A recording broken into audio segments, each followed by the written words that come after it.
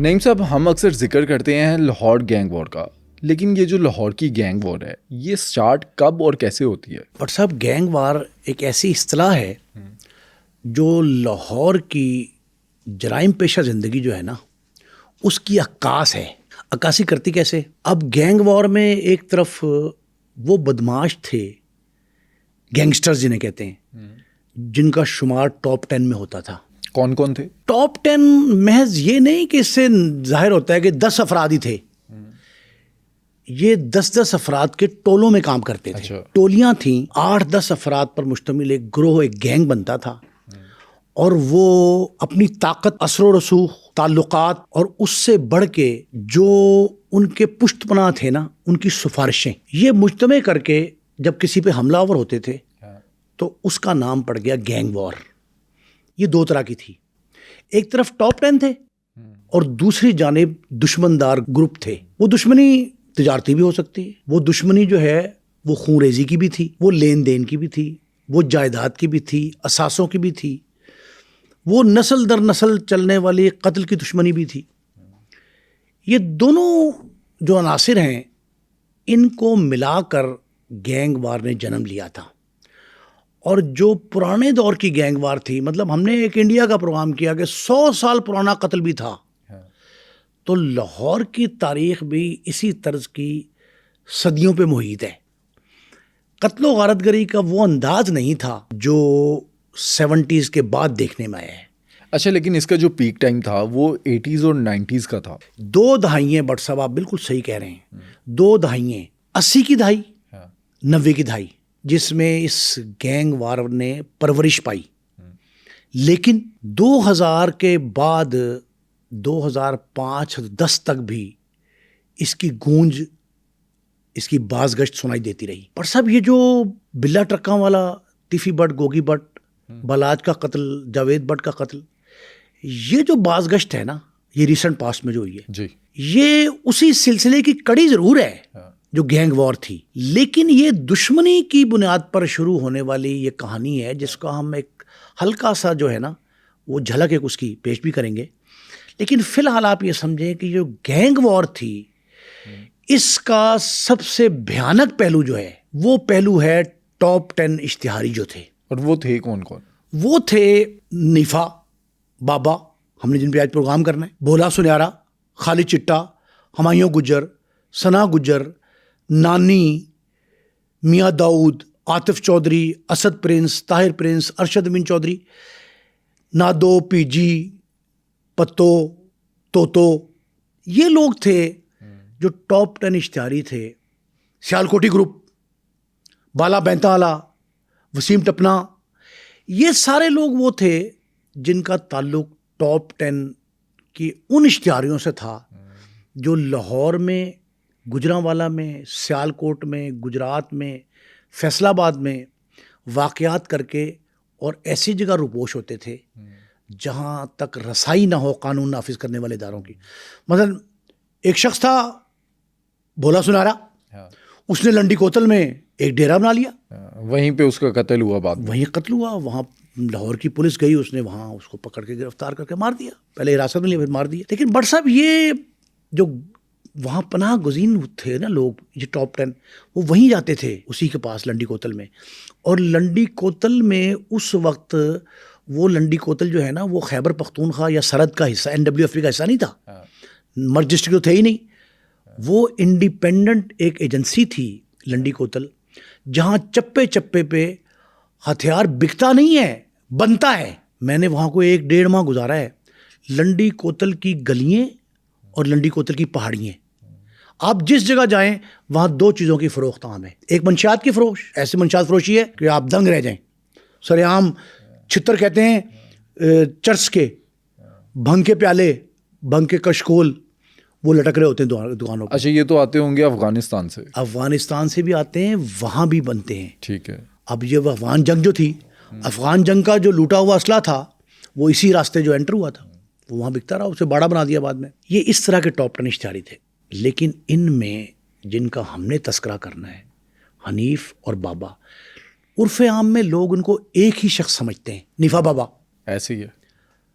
حنیف، اس کا اصل نام محمد حنیف عرف نیفا، اسے نیفا کہتے ہیں عرف عام میں، شفیق عرف بابا، 2 بھائی ہیں، نیفا چھوٹا شفیق بڑا. لیکن ایک بات آپ ذہن میں رکھیں، اندرون شہر میں اصل نام سے بہت کم لوگ جانے جاتے ہیں، یہ روایت ہے شہر کی. یہ اندرون لوہاری دروازے کی اتحاد گلی، سوتر منڈی، لوہاری گیٹ سے آپ انٹر ہو، وہاں سے بھی راستہ ہے، اور باقی 3-4 جو اور دروازے ہیں ان سے بھی راستہ آتا ہے. یہ سوتر منڈی تجارتی مرکز ہے بنیادی طور پہ. اچھا تو پھر یہ گینگسٹر کیسے آ گئے بیچ میں؟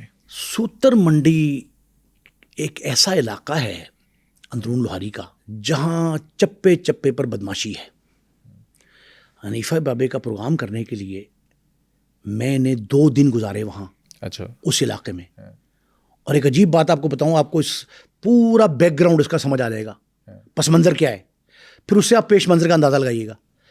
جس جگہ پہ ہم بیٹھے تھے سوتر منڈی کی وہ گلی جو میدان وہ جگہ ہوتی ہے جہاں باریک تنگ گلی ہیں، ان تنگ گلیوں کے درمیان میں ایک جگہ خالی پڑی ہے، وہاں لوگ اپنی تقریبات کرتے ہیں، کھیلتے ہیں، لوڈو کھیل رہے ہیں، شطرنج کھیل رہے ہیں، پارکنگ وغیرہ کر لیتے ہیں. پارکنگ کر لیتے ہیں. اس میدان کے باہر ہی ایک شاپ ہے، اس پہ ہم بیٹھے تھے. ایک نوجوان آیا بائک پہ، 18-20 سال کا بمشکل، اور آ کے اس نے ہماری دکان جہاں ہم بیٹھے تھے بالکل ایگزیکٹ 2 قدم کا فاصلہ تھا ہماری آنکھوں کے سامنے، اس نے آ کے پسٹل یوں سیدھا زمین کی طرف کیا اور 8 گولیاں زمین پہ چلا دی، بالکل ہمارے آپ سمجھے قدموں کے نیچے.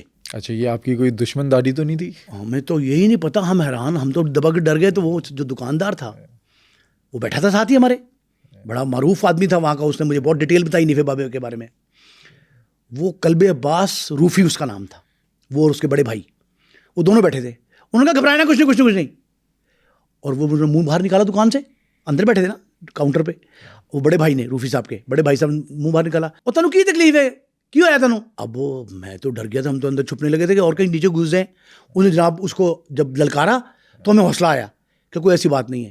وہ 2 قدم کے آگے پھر گیا، ایک کلچے والی دکان ہے 2 قدم کے آگے، پھر وہاں اس نے فائر سیدھے کر دی. میں نے کہا جی یہ کیا ہے؟ اس نے کہا بس آپ یہ سمجھ لیں کہ یہ نیفا بابا ہے. اچھا ویسے اس علاقے میں یا اندرون کی ہم بات کریں، 100 میں سے کوئی 2 ہی ہوں گے جو نیفا اور بابا نکلتے ہوں گے. بٹ صاحب یہ جب میں آپ کو بیک گراؤنڈ ان کا بتاؤں گا نا تو آپ کو نیفا بابا سمجھ آئے گا. لیکن آپ یہ سمجھیں یہ ان کو وراثت میں ملی بدماشی کا عنصر ہے. کس سے ملی؟ یہ اب سننے کی بات ہے.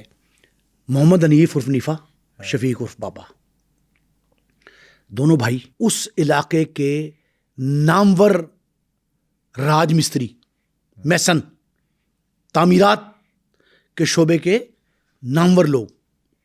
لیکن اس سے پہلے ایک اور بات میرے ذہن میں نہیں رہے گی. پھر ہم نے جتنے پروگرام کیے بھارت اور پاکستان کے حوالے سے، ان میں جس ٹاپ 10 کا، جس بڑے نامور بدماش کا ذکر کرتے تھے، ان میں ایک عجیب بات دیکھنے میں ملی، اور اس کا عملی مظاہرہ نیفا بابا کے گھر کے گرد و نواح میں ہوا.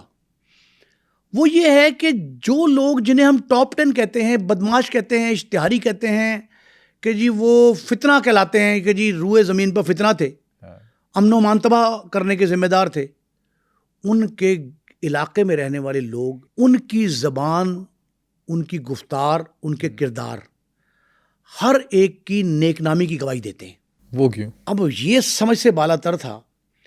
آپ دیکھ لیں کہ جن کو ہم نے کہا کہ ان کا انجام بڑا بھیانک ہوا، بدماشی میں قدم رکھا، انسانی جانیں ضائع کی، منشیات فروشی کرتے رہے، بھتہ لیتے رہے، جگہ ٹیکس لیتے تھے، جو لوگ جن کو جگہ کہا تھا، ان کے علاقے میں لوگ انہیں لبریٹر کہتے تھے، نجات دہندہ کہتے تھے.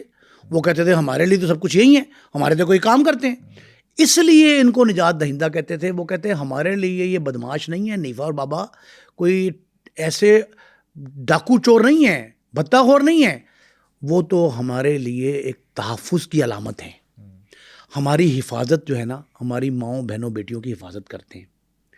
ایک اور بات وہاں کے لوگوں نے کہی مجھے، اندرون لوہاری کے، وہ یہ کہتے ہیں کہ نیفا اور بابا، ان کا آغاز تو جرائم پیشہ زندگی کا ایک خاتون کے قتل سے ہوا، لیکن وہ ماں بہن کی حیا بہت کرتے تھے. میں نے کہا جی وہ کیسے؟ اس نے کہا پہلی بات تو یہ سمجھیں کہ نیفا جو ہے اس کو وہاں حاجی صاحب کہتے ہیں. میں نے جس سے کہا کہ نیفے دے بارے تو جواب میں وہ نیفا نہیں کہتے تھے، حاجی صاحب بارے گل کرنا چاہتے ہو. میں نے کہا یہ حاجی صاحب کوئی لقب ہے یا کیا ہے؟ انہوں نے کہا 4 حج کیے تھے انہوں نے. میں نے کہا یہ بدماش نہیں تھے, اجرتی قاتل نہیں تھے, انہوں نے فلاں کو قتل نہیں کیا, فلاں کو نہیں کیا, اور فلاں جگہ مفروری نہیں کاٹی. انہوں نے کہا کہ یہ خود حاجی تھا حنیفہ, راج مستری, میں نے بتا دیا.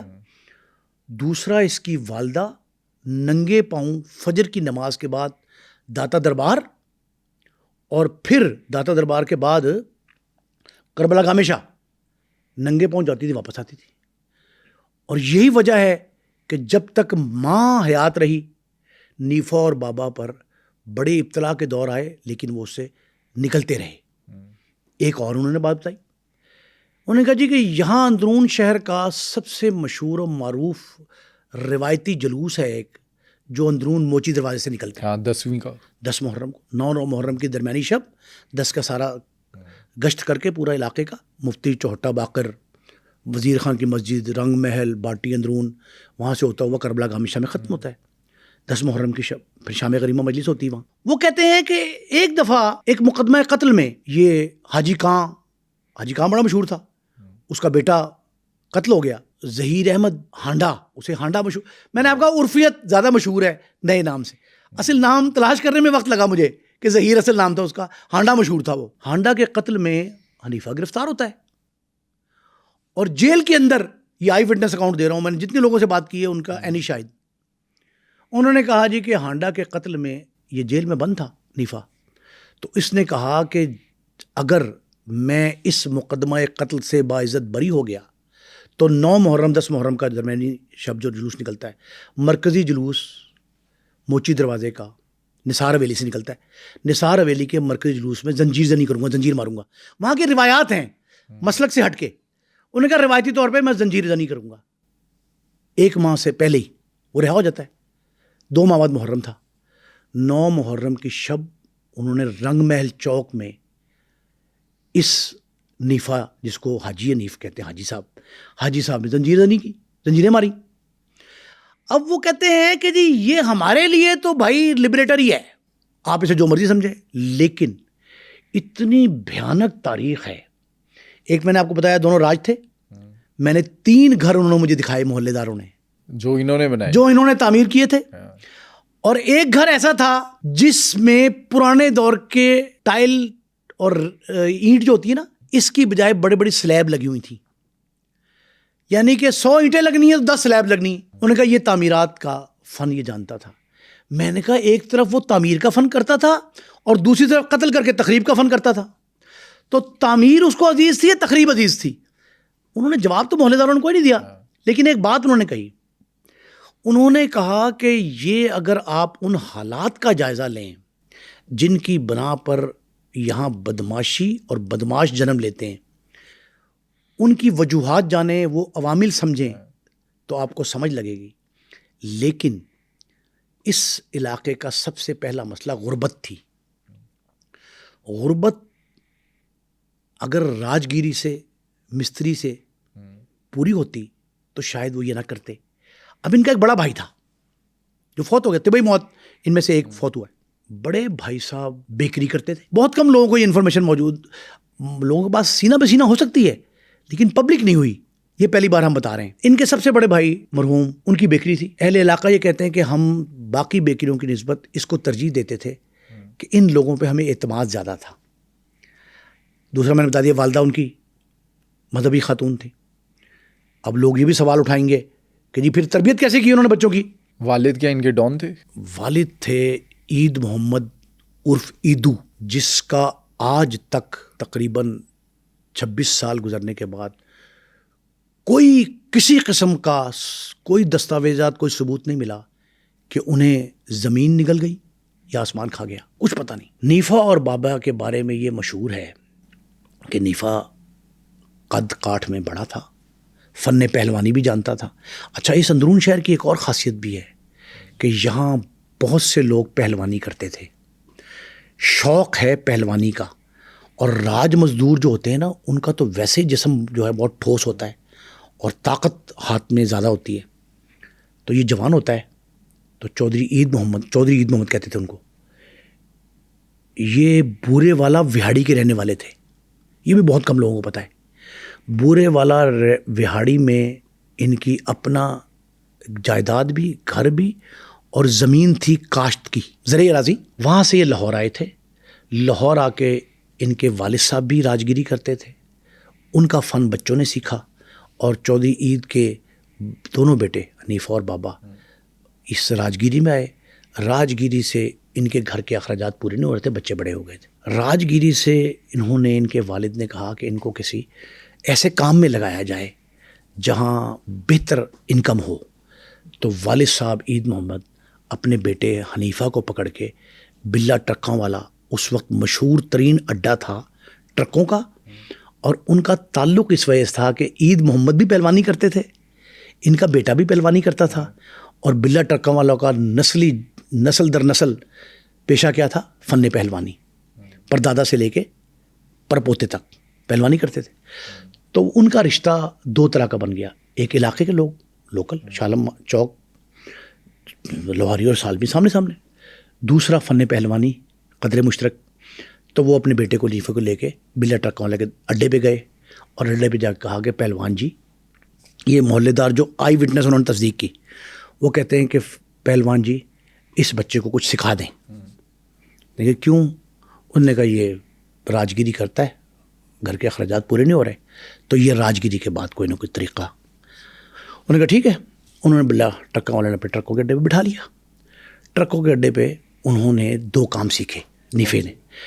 ابھی بابا نہیں آئے, بڑے بھائی, چھوٹا بھائی نیفا چونکہ قد کاٹ میں بڑا تھا, اس نے 2 کام سیکھے. اچھا, ان میں ایج میں کون بڑا تھا, حنیفہ یا بابا؟ بابا بڑا تھا, اس لیے بابا کہتے تھے اس کو. اچھا, بابا جو ہے, بابے کا لقب نیفے نے اس کو دیا تھا. نیفا اپنے بڑے بھائی کو بھائی جان کی بجائے بابا کہتا تھا. اور جب وہ ایک وہاں تھڑا میں نے دیکھا, جس تھڑے پہ یہ بیٹھتے تھے, ایک دکان ہے پرچون کی دکان کے ساتھ ایک ٹکیوں والا ہے, ٹکیوں والے کے باہر یہ بڑا مشہور ٹکیوں والا ہے, اس کے باہر یہ بیٹھتے تھے. بٹ صاحب آپ کی بھی بڑی یادیں وابستہ ہوں گی, آپ کے والد صاحب نے ساری عمر وہاں اندرون شہر میں گزاری, آپ وہاں کے رہنے والے. اندرون شہر کی روایات میں تھڑے بازی, رت جگہ, اوئے توئے, فائرنگ, تو تکرار, چیلنج کرنا, پہلوانی کرنا, یہ وہاں کی روایات کا حصہ ہے. اب بلے ٹرکوں والے کے ڈیرے پہ جا کے اس کی ان روایات کو 4 چاند لگ گئے جو سوتر منڈی سے شالم تک منتقل ہوئی تھیں. وہ وہاں موجود تھیں. بلے نے اس کو پالش کر دیا. بہت گہرا تعلق بن گیا بلا ٹرکوں والے کا. عید محمد کے ساتھ تھا ہی تھا, باپ کے ساتھ, اس بیٹے کے ساتھ ہی بن گیا. یہ اسے چاچا کہتا تھا. اور بھائی بن گیا بلے کا بیٹا ٹیپو ٹرکاں والا. ٹیپو بن گیا بھائی, وہ بن گیا چچا. بلا ان سے کام کیا کرواتا تھا؟ اسے 2 کام وہاں سیکھے. کون سے؟ سب سے مشکل کام ٹرک اڈے پہ منشی گیری ہوتا ہے, کہ آپ حساب کتاب رکھیں, کتنا مال آیا, کتنا لوڈ ہوا, کتنا چلا گیا, کتنا وہاں سے آیا, کون ڈرائیور لے کے جا رہا ہے, گاڑی کا نمبر کیا ہے, ٹائمنگ کیا ہے. اچھا, نیفا جو ہے وہ دماغ کتنا تیز تھا کہ یہ کام کر سکے؟ نیفا دماغ کا بھی اور جسم کا بھی دونوں طرح تیز تھا. اس نے وہاں منشی گیری سیکھی, منشی بن گیا. دوسرا وہ کلینڈر بن گیا. وہ کیا ہوتا ہے؟ کلینڈر وہ ہوتے ہیں جو ٹرک ڈرائیور کے ساتھ بندہ جاتا ہے, مال لد گیا ہے, پیچھے لڑک جاتا ہے, آگے بیٹھ جاتا ہے, قریب جا رہا ہے, دور جا رہا ہے, اس کے مطابق اندر سو بھی جاتا ہے, ٹرک پیچھے بھی کروا لیتا ہے, پولیس والے آ جائے, پولیس والے ڈیل بھی کر لیتا ہے. یہ سارے فن جو ہے نا اس نے سیکھ لیے. جب اس نے سارا کچھ سیکھا تو سیکھنے کے بعد وہ منجا ہوا ایک ٹرک اڈے کا مینیجر بن گیا. منشی مینیجر ہوتا ہے قسم کا, وہ مینیجر بن گیا. تعلقات قائم ہو گئے بلا ٹرکاں والا اور ان کے بیٹے ٹیپو ٹرکاں والے سے.